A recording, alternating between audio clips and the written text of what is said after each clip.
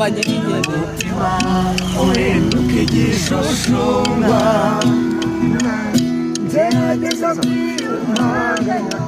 ndashaka ibintu ariko bikanga kuko nta segonda ryashira naguteye agatima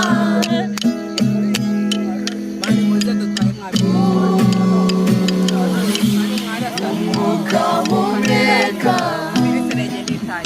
mera nk'uwatirigise ibyishimo bikanyica iyo mukubise amaso ndagukumbuye ndagukumbuye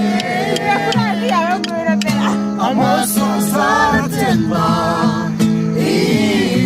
iyo dukumbuye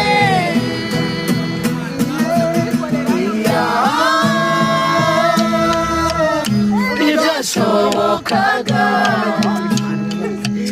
ngo nguruke nzuzanye maze niberaho buri kanya